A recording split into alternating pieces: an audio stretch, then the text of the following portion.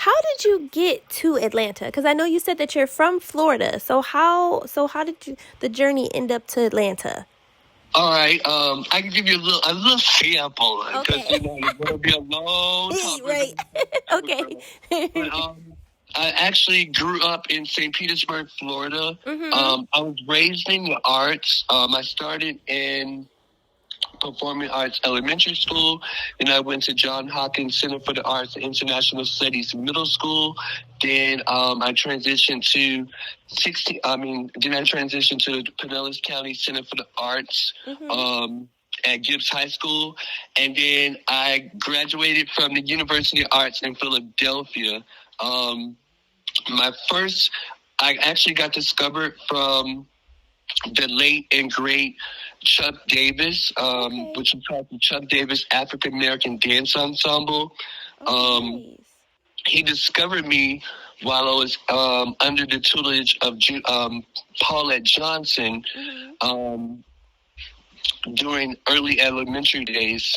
The reason why I got into dance is because at a young age I was sexually molested and abused Oh, okay. and raped. Oh.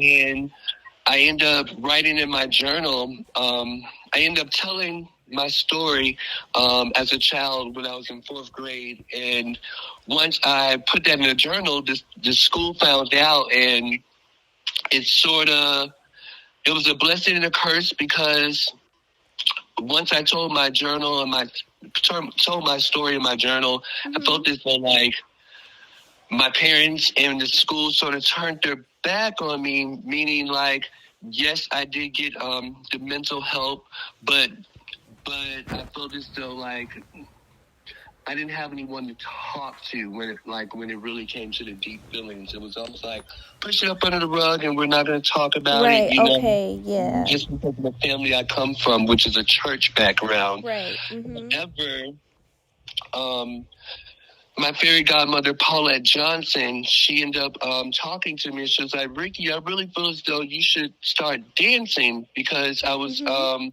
dancing and acting in the church. But Mhm. she said, Rikki, you have something special. So she ended up getting me into, like I said, John Hopkins Performing Arts Middle School. And I Mhm. started taking ballet there and jazz there. And Oh, once I took wow. it there, it was just like, I took it for I don't know, I tapped into finding a new voice for myself where I can use my Nice. body and use my emotions and also use like the ability to act to tell like Mhm. the trials and tribulations that we as kids, well, when I was a kid, that Right. we went through. But also using it as a way for me to like get out of St. Petersburg, Florida, and travel the world, Mhm. And as a child, like, thank God to my mentor, Miss Paulette Johnson, I was able to start as a kid getting to work with Nickelodeon. I was That's on a TV amazing. show called Hyena. Oh, I used Um, to watch that show. Yes, I you love that did? show. Yes. Yeah, I was a dancer on that That is show. amazing. You've Yo, done a lot of stuff. Like I thank you. love it. Like Thank you. it that amazing. It really is. I really attribute like my success to like my mentors. Like, Yeah. some of my mentors have been um, the great Debbie Allen, Miss Jasmine Guy, Mhm. Kim Lang, like I said, Chuck Davis, Ruth Mitchell. I really attribute like Yeah. more so the females, like the Right. female choreographers. Like women have always been like.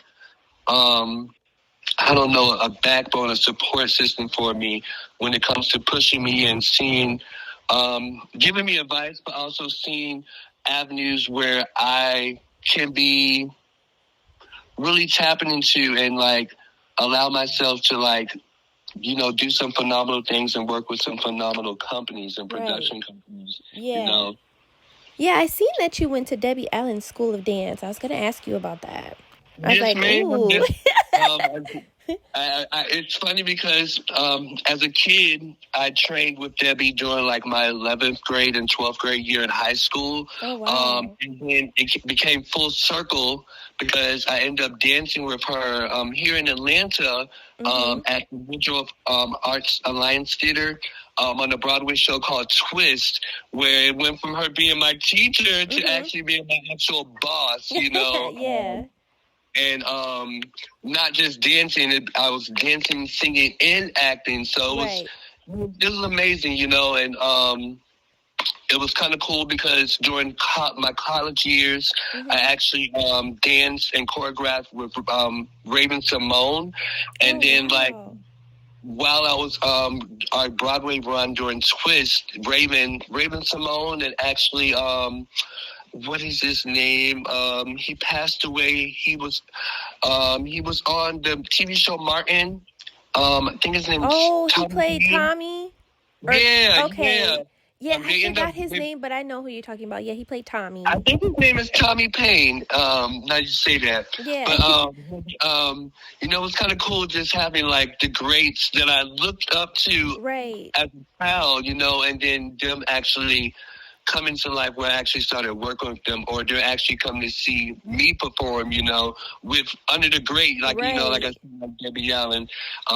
It's been pretty cool. Yeah. And like one thing I can say, like, don't stop believing in your dreams, no matter what age you are. I know a lot of people. I think even you were a testimony, and you were saying how you started dancing as a young man, and then around 18, you know, maybe through life or your journey or career, or, you know, maybe confidence, but, you know, you end up stopping. And I just want to say, like, dreams do come true, and if you just stay consistent and follow your path and have a support system. And a lot of people think support system means like having like friends or family. No, having support in yourself, like having the belief and faith that no matter what, if you just stay focused and you act upon your dreams, it will come true. And I'm an advocate of that. And there's no age that will stop you, you know, because that's one of the reasons why I decided to like really start getting back into like my film acting, just because dancing sometimes. I'm a living testimony where I'm going to turn 40 years old. So I might feel like performing at a high age as if I was still like at my age of 13. However, I'm noticing that as an actor, you can transition a little bit more where there's no age gap, you know. Morgan Freeman actually, if I remember correctly, he didn't like start acting till 40, and really, you know, I didn't know that. Yes, ma'am. Like he started late. Yep. So it's like there's no age gap. Not at all. Your dreams and just stay focused and have that inner faith, you know, be a reflection, be like the mirror, you know, reflect, you reflect your inner heart upon the world in an outwardly positive way. Yeah, I love that, what you just said. That is amazing. And I truly do believe that as well. You know, I like how you said, like, you have to be your own support too. I like that. Yep. I agree. And yeah, yep. Thank you for that. That was good. I get that. I actually got that from, the director director and writer. His name is Journey Brave. He actually wrote a short film for me.